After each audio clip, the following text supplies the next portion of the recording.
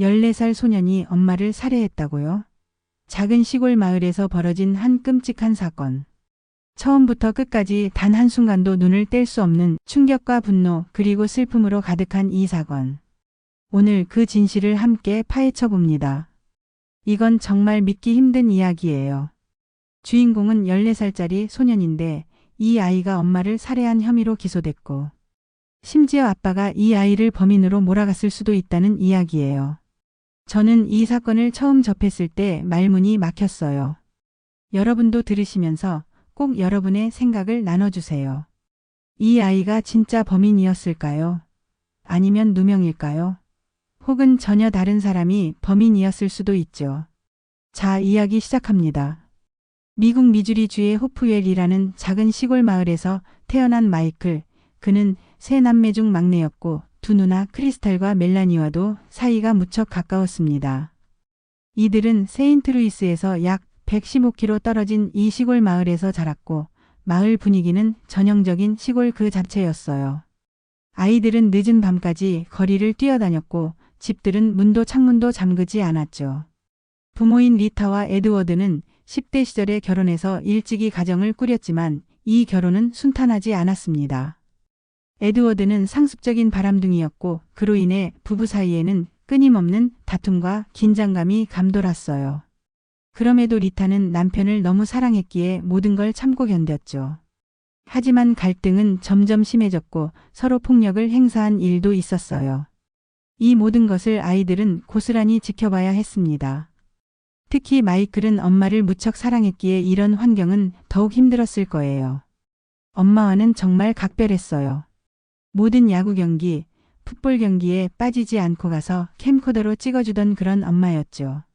물론 청소년기였기에 말다툼도 있었지만 가족들 말로는 대부분의 분노는 아빠를 향한 것이었다고 해요. 에드워드는 자신들의 싸움에 마이클을 끼워 넣는 등 아주 이기적인 행동을 일삼았어요. 1997년 부모가 또 한 번 크게 싸운 날 경찰이 출동했고 마이클은 아빠가 엄마를 밀치고 목을 졸랐다고 경찰에 증언했어요. 그 다음 해 초 마이클과 엄마는 큰 싸움을 벌였고 그 와중에 마이클은 엄마와 자신을 죽이겠다고 위협했어요. 엄마와 외할머니, 외할아버지처럼 땅에 묻어주겠다는 말을 하기도 했죠. 이 사건 이후 리타는 마이클을 병원에 입원시켰고 퇴원한 후 두 사람은 다시 가까워졌습니다. 그해 여름 리타는 결국 20년 넘는 결혼 생활을 정리하고 이혼을 신청했어요. 이혼 사유는 남편의 상습적인 외도였고 법원은 리타에게 주택 거주권, 퇴직금의 절반, 위자료, 그리고 양육비를 지급받을 권리를 줬어요. 하지만 에드워드는 당연히 이런 결과에 분노했죠. 그는 마이클에게 함께 살자고 돈까지 주려고 했지만 마이클은 엄마와 살기를 원했고 결국 부모님 사이를 오가며 시간을 보내야 했습니다. 1998년 12월 4일 리타와 에드워드의 이혼이 확정된 지 불과 4일 후의 일이었습니다. 그날 밤 40살이 된 리타는 친구들과 바에 갔고 마이클은 14살이었기에 혼자 집에 남아 있었어요. 저녁 7시쯤 마이클은 심심해져서 자전거를 타고 동네 잡화점에 갔고 거기서 친구 조시를 만나게 됩니다. 그는 조시를 집에 초대했고 둘은 마이클의 트레일러로 돌아와 시간을 보냈어요. 리타는 밤 11시쯤 귀가했고 아이들을 위해 샌드위치를 사왔어요. 간식을 건네주고는 아들에게 잘 자, 사랑해. 내일 보자. 라고 말하고 방으로 들어갔습니다. 마이클과 조시는 조금 더 깨어 있었고 음악을 들으며 마리화나를 조금 피웠어요. 그 후 각자 잠자리에 들었죠. 마이클은 자기 침대에서 조시는 그 방 바닥에서 잤습니다. 다음 날 아침 6시 두 사람은 연기 냄새에 잠에서 깼어요. 마이클은 방 안이 뿌연 연기로 가득 차 있는 걸 보았고 그 모습은 마치 엄마가 베이컨을 태웠을 때처럼 방 안이 희뿌옇게 보였다고 했습니다. 그는 조시에게 너 담배 피우고 있었냐? 고 물었고 조시는 당연히 아니라고 대답했죠. 마이클은 바로 침실 문을 열었고 순식간에 연기벽에 부딪혔습니다. 엄마를 부르며 소리쳤지만 아무 대답이 없었고 그는 급히 밖으로 달려나가 호스를 들고 다시 안으로 들어왔어요. 마당에 엄마 차가 있었기에 엄마가 집 안에 있다는 걸 알 수 있었죠. 그는 엄마 방문을 열었고 그 순간 그는 평생 잊지 못할 광경을 목격하게 됩니다. 엄마는 바닥에 쓰러져 있었고 다리에는 피가 가득했으며 상반신은 불길에 휩싸여 있었어요. 마이클은 즉시 호스를 이용해 불을 끄기 시작했고 조씨는 이웃에게 달려가 도움을 요청했어요. 마이클은 이후 이 사건을 회상하며 그 불이 타는 소리가 아직도 귀에 들려요. 가끔 아침에 눈을 뜨면 그 냄새가 나는 것 같아요. 평생 따라다닐 기억이에요. 라고 말했죠. 경찰이 현장에 도착했을 때 상황은 참혹했습니다. 연기 냄새, 타오른 살 냄새가 진동했고 현장에서 바로 이건 단순 화재가 아닌 살인사건이라는 게 명확했어요. 불이 꺼지고 나서 보니 리타는 머리에 심각한 둔기 외상을 입은 상태였고 침실 곳곳에는 피가 튀어 있었어요. 격렬한 몸싸움이 있었음을 보여주는 흔적들이었습니다. 화재 감식반은 가속제가 사용된 흔적을 발견했고 집 안을 샅샅이 수색했지만 살인 도구나 다른 범죄 증거는 나오지 않았어요. 마이클은 가장 먼저 누나들에게 전화를 걸어 누가 집에 침입해서 엄마를 죽였어라고 말했고 두 누나는 곧장 집으로 달려왔어요. 도착했을 때 마이클은 경찰차 조수석에 앉아 있었고 얼굴에는 그을음이 묻어 있었지만 눈물 자국이 남아 있었어요. 그만큼 충격에 빠져 있었죠. 경찰은 마이클과 조씨를 따로 신문하기 위해 각기 다른 차에 태워 보안관 사무실로 데려갔어요. 그런데 그 과정에서 경찰은 마이클이 충분히 감정적이지 않다고 판단했어요. 엄마를 그런 끔찍한 상태로 발견한 아이치고는 너무 담담하다는 거죠. 그리고 그가 엄마 트럭은 어떻게 되는 거예요? 라고 말한 것도 경찰은 매우 부적절하다고 여겼습니다. 그 순간부터 경찰은 마이클을 유력 용의자로 확정했어요. 사무실에 도착하자마자 경찰은 마이클에게 음성 스트레스 테스트를 실시했고 그는 그 테스트에서 거짓을 나타내는 결과를 받게 돼요. 당시 14살 소년이었고 엄마의 시신이 불타는 걸 직접 봤고 직접 그 불을 껐던 상황이었는데 당연히 스트레스는 엄청났을 거예요. 그런데 경찰은 이 결과를 범죄의 증거로 삼았죠. 마이클의 옷과 신발은 즉시 수거되었고 거기엔 피도 상처도 없었어요. 아무런 증거가 나오지 않았죠. 하지만 경찰은 신발에서 가속제 냄새가 난다고 주장했고 마이클은 전날 조씨와 철로 근처에서 장난삼아 불을 피웠었다고 말했어요. 조씨도 이 이야기를 확인해줬고 경찰도 실제로 철로 근처에서 불을 피운 흔적을 발견했어요. 이곳은 마이클 집에서 멀지 않은 곳이었죠. 상황은 마이클에게 점점 불리하게 흘러갔습니다. 그는 집에 혼자 있었고 분노 문제로 병원 입원 경력도 있었으며 방화 전력이 있었던 아이였어요.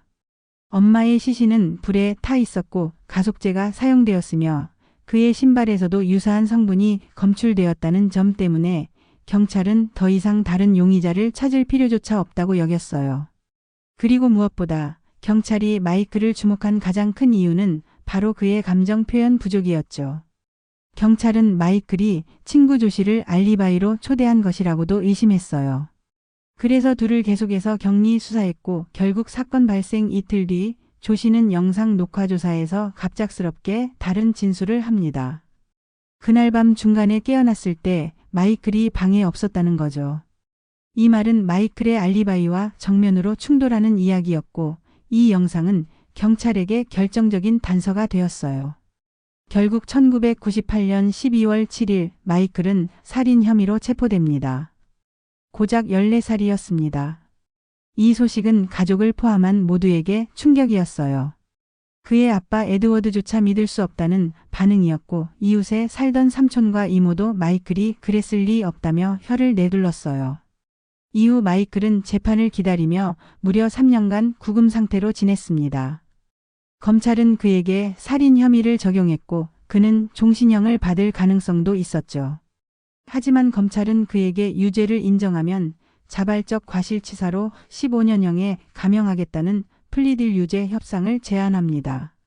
하지만 마이클은 끝까지 자신이 결백하다고 주장했고 절대 살인을 인정할 수 없다고 버팁니다. 그리하여 결국 2002년 1월 마이클의 재판이 시작됩니다. 그는 이제 17살이었고 공익변호사가 그의 변호를 맡았는데 이 공익변호사는 이번 재판이 생애 첫 단독 살인사건 변론이었습니다. 재판은 이렇게 매우 불안한 상황에서 시작되었죠. 검찰 측은 마이클이 범인임을 입증할 주요 증거로 신발에 묻은 가속제 흔적, 리타 시신에 사용된 불과 철로에서 발견된 불씨의 유사성, 그리고 어머니와의 돈 문제로 인한 말다툼을 제시했습니다. 특히 사건 발생 몇 주 전 어머니와 다툰 뒤 마이클이 라이터를 위협적으로 튕겼다는 증언도 나왔습니다. 또 하나 결정적인 증거는 마이클이 구금 중 자살 시도를 하며 엄마를 죽이고 나선 아무것도 신경 쓰지 않았다고 외쳤다는 진술이었어요. 이 말을 들었다는 증인은 무려 3명이나 있었고 이는 마치 자백처럼 여겨졌죠.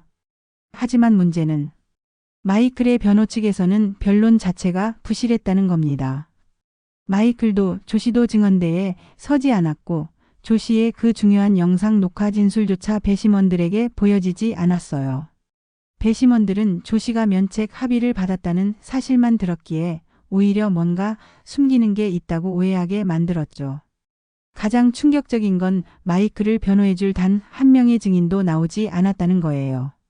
누나들도 삼촌도 친구도 아무도 증언대에 서지 않았어요. 변호 측의 전략은 단 하나, 마이클의 옷과 몸에서 혈흔이나 외상이 없었다는 점만 강조했을 뿐이었죠. 그러니까 사실상 마이클의 재판은 절반짜리 방어만으로 진행된 셈입니다. 결국 3일간의 신문과 4시간의 배심원 토의 끝에 마이클은 제2급 살인죄로 유죄 판결을 받게 됩니다. 그는 미국에서 가장 잔혹한 47에이커라 불리는 미주리주 교도소로 이감됐어요. 이제 막 성인이 된 그는 끊임없는 폭력과 위협 속에서 살아남기 위해 갱단에 들어가고 헤로인에 손을 대며 자신을 망가뜨려 갑니다. 마이클은 교도소 안에서 고통스러운 삶을 이어갔습니다. 18살의 어린 나이에 성인 교도소에 들어간 그는 폭행과 위협에 시달렸고 결국 살아남기 위해 스킨헤드 갱단에 가입했으며 마약 중독에도 빠졌어요. 그런 마이클에게 가장 큰 배신은 다름 아닌 그의 아버지 에드워드로부터 왔습니다.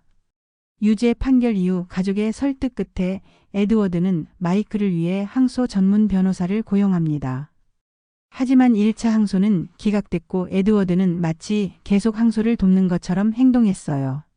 그런데 마이클이 아무리 편지를 보내고 전화를 해도 변호사들이 반응을 하지 않았고 결국 마이클은 변호사들에게 편지를 보내 응답이 없으면 변호사협회에 신고하겠다고 경고했죠. 그러자 변호사 측은 충격적인 답장을 보냅니다. 우리는 당신을 대리하지 않는다. 항소가 기각된 후부터 우리는 당신을 위한 활동을 하지 않았다. 즉 아버지 에드워드는 마치 계속 항소를 진행 중인 것처럼 속였던 거예요. 마이클은 이 사건을 계기로 아버지와의 모든 관계를 끊었습니다. 이제 완전히 혼자가 된 마이클. 다행히도 5년 뒤 그는 인생을 바꿀 기회를 잡게 됩니다. 미드웨스트 이노센스 프로젝트라는 억울한 누명을 벗겨주는 단체에 도움을 요청했고 이들은 그의 사건을 맡기로 결정합니다. 이후 10년간 3명의 변호사인 트리샤 부시넬, 메건 크레인, 마크 에머슨이 이 사건에 매달렸습니다. 이들은 이 사건을 가리켜 과학적 오류와 어린 나이에 대한 편견으로만 이루어진 유죄 판결이라 말했죠. 먼저 현장에서 가속제가 사용되었다는 화재 감식 결과. 충격적으로도 이건 감식반의 초기였습니다. 현장에서 실제로 화학 실험을 한 결과 가속제는 전혀 검출되지 않았어요. 그럼에도 검찰은 가속제가 다 타버려서 안 나온 것이라고 주장했지만 전문가들은 그럴 가능성은 전혀 없다고 말합니다.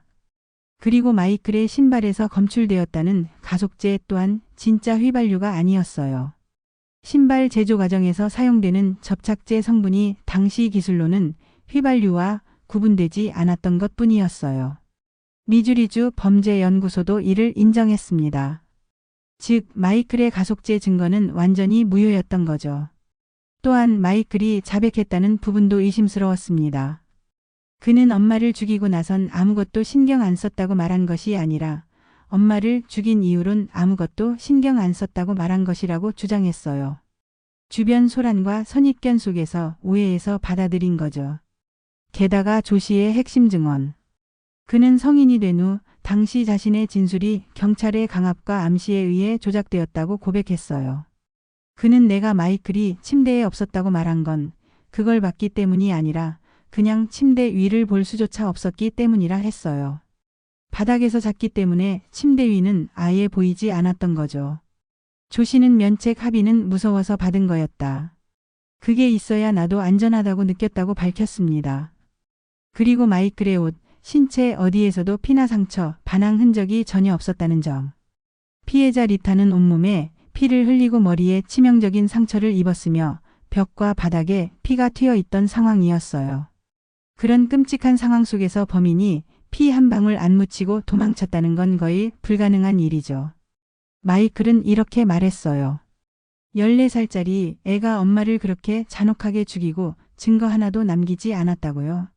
그게 가능한 일일까요? 이제 시선은 자연스럽게 다른 용의자, 즉 마이클의 아버지 에드워드로 향하게 됩니다. 2016년 MTV에서 이 사건을 다룬 다큐멘터리가 방영됐고 그 안에서 에드워드는 충격적인 발언을 합니다. 나는 내 아들이 이 일을 저지르지 않았다는 걸 안다. 그저 그들은 나를 기소할 수 없었기 때문에 마이클을 기소한 것이다. 그는 자신의 알리바이로 아침 7시에 전화를 받았다는 사실을 내세웁니다. 이로 인해 경찰은 그 시점엔 현장에 있을 수 없다며 에드워드를 용의선상에서 제외했어요. 하지만 그의 이 알리바이는 허점이 많았습니다. 사건은 새벽 6시경에 발생했고 전화는 7시에 받았으니 그 사이 90마일 거리의 알리바이를 무너뜨리기엔 충분한 공범이 있을 수 있었던 거죠. 그리고 바로 그 가능성 있는 공범이 등장합니다. 에드워드의 조카이자 마이클과도 친분이 있었던 자니. 무려 여러 명의 증인이 화재 직후 자니가 사건 현장 근처 철길에서 서둘러 도망치는 모습을 보았다고 증언했어요. 그중 한 명은 자니를 오랜 시간 알아온 남자였고 절대 다른 사람과 혼동할 수 없는 상황이었어요. 게다가 며칠 뒤 자니는 그 남자에게 와서 살인사건에 대해 무슨 얘기하고 다니는지 다 알고 있다. 우리도 따로 수사 중이다라고 위협하듯 말했다고 해요. 또 다른 목격자는 자니의 픽업 트럭이 사건 당시 현장 인근에 있었다고 진술했죠. 정말 의심스러운 건 그 다음입니다. 현장 조사가 모두 끝나고 마이클의 집이 가족에게 반환된 뒤 갑자기 자니가 경찰서를 찾아옵니다. 마이클의 옷장 뒤에서 타이어 철봉이 나왔어요 라며 새로운 증거를 들고 온 거예요. 하지만 현장을 샅샅이 수색했던 경찰조차 우리가 그 옷장을 다 봤고 거기엔 아무것도 없었다고 말합니다. 즉 자니가 마치 증거를 조작해 가져온 것처럼 보였던 거죠. 다행히도 이 철봉은 살인도구가 아니었지만 자니의 행적은 충분히 섬뜩했어요. 마이클의 변호인단은 이런 정황을 바탕으로 에드워드가 공범 자니와 함께 리타를 살해한 뒤 마이클에게 죄를 덮어씌웠다고 주장합니다. 이들은 사건 이후 20년이 넘은 지금도 공범 가능성조차 고려하지 않은 당시 수사와 재판을 강하게 비판하고 있어요. 2021년 미주리주에서 청소년 범죄자에 대한 재심 기회 제공법이 통과됐고 마이클은 이 법에 따라 가석방 심사를 받을 수 있게 됩니다. 그리고 마침내 2022년 4월 22일 38세가 된 마이클은 24년 만에 감옥에서 풀려납니다. 출소 당일 그의 누나와 친구들이 마이클을 맞이했고 그에게 새 옷과 자전거를 선물했어요. 마이클은 그 자전거를 타고 감옥 문을 나서며 자유를 되찾습니다. 이후 그는 누나 멜라니와 함께 살게 되었고 감옥에서 새긴 문신을 새 타투로 덮었으며 운전면허증을 따고 몫으로 일하기 시작했어요. 하지만 여전히 그는 어머니를 살해한 범죄자라는 낙인이 찍힌 상태입니다. 카운티 검사 조시 헤지콕은 마이클의 재판은 과학적 오류가 심각했으며 그는 공정한 재판을 받지 못했다며 판결 무효를 요청했습니다. 하지만 그는 재선에 실패했고 미주리 대법원은 이 요청을 기각했어요. 그럼에도 희망은 남아 있습니다. 지역 경찰은 현재 리타의 사건을 재수사 중이라고 밝혔습니다. 아직 구체적인 진전은 알려지지 않았지만 공식적으로 다시 사건이 열렸다는 건 큰 의미가 있죠. 마이클의 무죄를 주장하는 목소리는 점점 커졌지만 여전히 한 사람만은 단호했습니다. 미주리주 법무장관 에릭 슈미트. 그는 배심원의 판결을 존중해야 한다며 마이클의 유죄 판결을 유지해야 한다는 입장이었어요. 하지만 정작 그 배심원들 중 다수가 자신의 편결을 후회하고 있었어요. 당시 마이클에게 유죄를 선고했던 12명의 배심원 중 무려 5명이 공식 선서 진술서를 통해 마이클이 공정한 재판을 받지 못했다며 문제를 제기했습니다. 그중 한 명 린다 디커슨 벨은 눈물까지 흘리며 말했죠. 나는 마이클이 엄마를 죽였다고 생각하지 않아요. 하지만 내가 그를 감옥에 보냈어요. 어떻게 해야 할지 모르겠어요. 다른 배심원 조너선 피터스는 이렇게 고백했어요. 다들 그냥 집에 가고 싶어 했어요. 4시간 논의하고 끝냈죠. 하지만 그 4시간은 한 아이의 인생을 결정하는 시간이었어요. 마이클의 재판은 철저하게 무너진 방어 전략, 과학적으로 검증되지 않은 증거, 그리고 사춘기 소년의 감정 표현을 죄의식으로 해석한 경찰의 성급한 판단이 만든 비극이었어요. 여기에 진짜 범인을 찾고자 하는 노력조차 없었고 유력 용의자였던 아버지와 사촌은 아예 조사조차 되지 않았죠. 가장 섬뜩한 건 이 모든 가능성의 정점에 있는 사람이 바로 그의 아버지라는 점입니다. 어머니를 죽인 것도 모자라 그 죄를 겨우 14살이던 아들에게 뒤집어 씌웠다는 가정. 만약 이것이 사실이라면 이건 단순한 범죄를 넘어서 인간의 탈을 쓴 악마적 행위입니다. 그리고 경찰과 검찰은 그 모든 실체를 감지하고도 오직 증거가 아닌 직감과 선입견에 의존해 아이 하나의 인생을 송두리째 파괴한 셈이죠. 마이클은 이제 자유인이 되었지만 그는 여전히 살인자라는 꼬리표를 달고 살아가고 있어요. 그리고 그는 단지 자기 이름을 되찾고 싶은 게 아니라 어머니 리타에게 진짜 정의를 돌려주고 싶어 해요.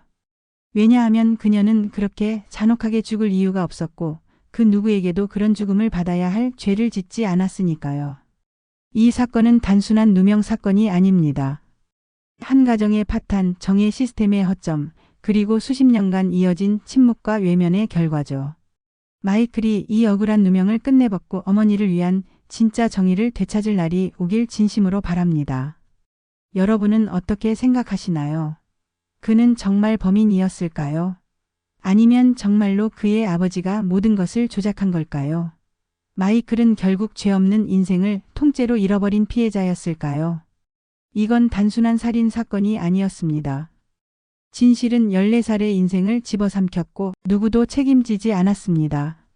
당신이라면 믿었던 가족에게 평생을 뒤바꿔버릴 함정에 빠질 수 있다는 상상할 수 있나요? 그리고 아직 끝나지 않은 이 이야기처럼 세상엔 우리가 모르는 진실들이 너무도 많습니다. 다음 사건에서는 또 어떤 충격적인 진실이 기다리고 있을까요? 심야 사건 기록부 우리는 계속해서 어둠 속 진실을 기록합니다. 다음 영상에서 만나요.